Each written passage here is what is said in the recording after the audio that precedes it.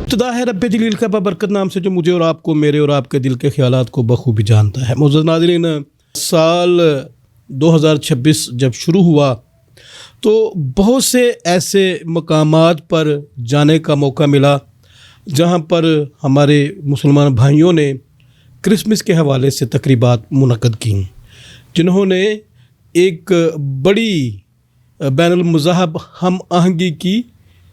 مثال قائم کی۔ میں یہاں پر خاص طور پر ذکر کرنا چاہوں گا علامہ محمد زبیر عابد صاحب کا، ڈاکٹر بدر منیر صاحب کا، قاری خالد محمود صاحب کا، اور دیگر ہمارے بہت سے دوست ساتھی، مفتی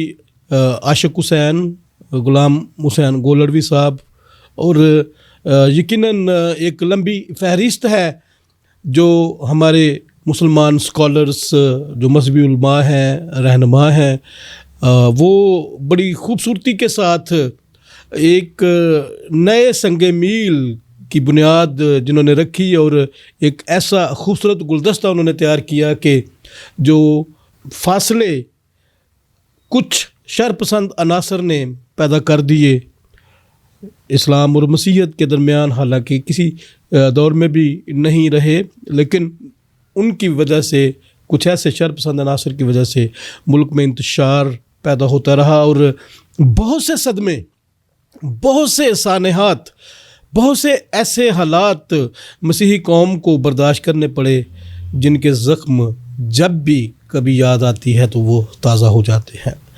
ایک بڑی طویل داستان ہے مظالم کی جو مسیحی قوم نے سہے، جس میں اگر ہم شانتی نگر سے شروع کریں اور سرگودا کے نذیر مسیح تک، اور پھر اس کے بعد دیگر کئی مقامات پر ظلم زیادتیاں، جڑامالہ، گوجرا، جوزف کالونی، یوحنا آباد اور بے شمار اس طرح کے واقعات، سیالکوٹ میں بامنی والا، اگر ہم ان کو یاد کرنا شروع کریں، شہزاد، شمع جن کو جلتے ہوئے بھٹے میں ڈال دیا گیا، بے شمار اس طرح کے واقعات ہیں جن کو اگر ہم یاد کریں تو ایک خوف کی فضا جو ہے وہ قائم ہو جاتی ہے، دل جو ہے وہ دہل جاتا ہے، آنکھیں جو ہیں وہ بھیگ جاتی ہیں اور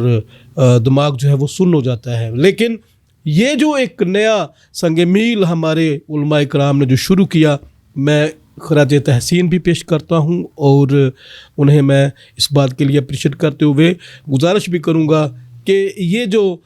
بین المذاہب ہم آہنگی کا جو سلسلہ ہے، جس طرح سے علامہ محمد زبیر عابد صاحب نے اپنی مسجد میں نہ صرف منعقد کیا بلکہ انہوں نے جتنے بھی وہاں پر مدرسہ میں پڑھنے والے جو بچے تھے اور پھر اپنے مقامی جتنے بھی لوگ تھے ان سب کو بھی وہاں پر مدعو کیا، اور پورے پاکستان سے ہمارے جو منسٹر ہیں کھیل داس کوستانی، بشپ جیمز چنن صاحب اور دیگر ہمارے بشپس اور دیگر مذاہب سے ہندو ہمارے بھائی جو ہے وہ آئے تھے وہاں پہ، سکھ برادری سے ہمارے دوست وہاں پر تھے، کرسچن کمیونٹی کے مختلف مکاتب سے لوگ جو ہے وہاں پر موجود تھے۔ تو یہ ایک خوبصورت گلدستہ انہوں نے سجایا، اور یہ گلدستہ سجا کر انہوں نے یہ ثابت کیا کہ ہم سب ایک ہی بابا آدم کی اولاد ہے اور کسی کو کسی پر کوئی فوقیت حاصل نہیں ہے۔ ناظرین، ایک خوبصورتی کا عمل جو فروری مڈ میں شروع ہونے والا ہے، میں آپ کی توجہ دلوانا چاہتا ہوں، اور میں چاہتا ہوں کہ اس دفعہ آپ یہ جو سیزن ایک ساتھ شروع ہوگا اس کو بھرپور طریقے سے آپ روحانی، مذہبی، سماجی اور معاشی سطح پر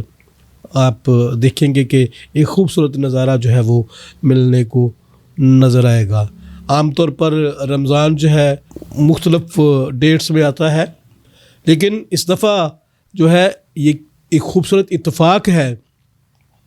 کہ اسی دن رمضان المبارک جو ہے وہ شروع ہوگا، اور اسی دن جو ہے وہ مسیحیوں کا لینٹ سیزن، یعنی کہ روزوں کا جو موسم ہے وہ شروع ہوگا۔ لینٹ سیزن اینڈ رمضان سیزن، دونوں جو مذاہب کے جو روزے ہیں وہ اکٹھے آ رہے ہیں،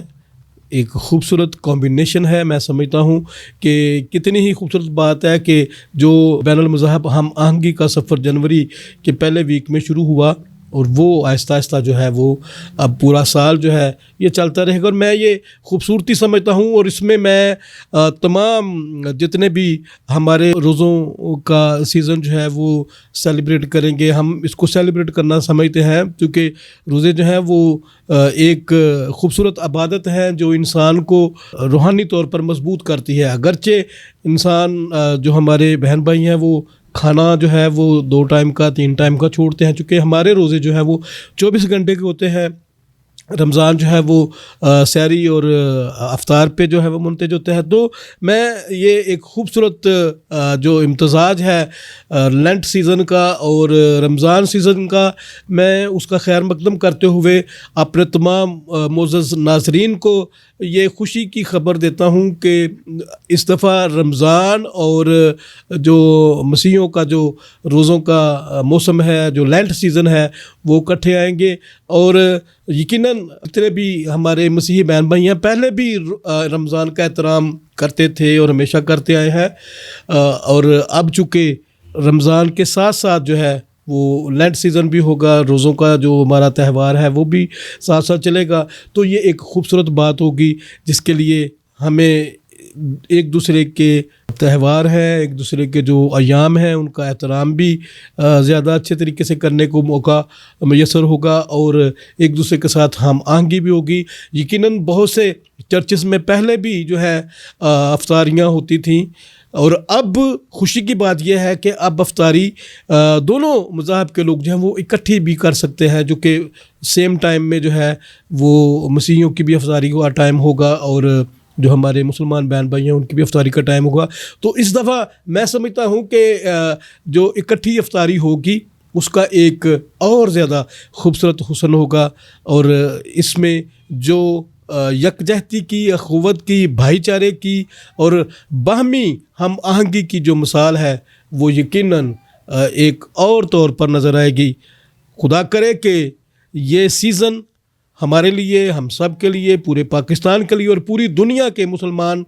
اور مسیحیوں کے لیے ایک ساتھ افطاری کرتے ہوئے خوبصورتی، محبت، بھائی چارہ، اخوت، یگانگت اور یکجہتی کا پیغام لے کر آئے. آپ سب کی محبتوں کا بہت بہت شکریہ.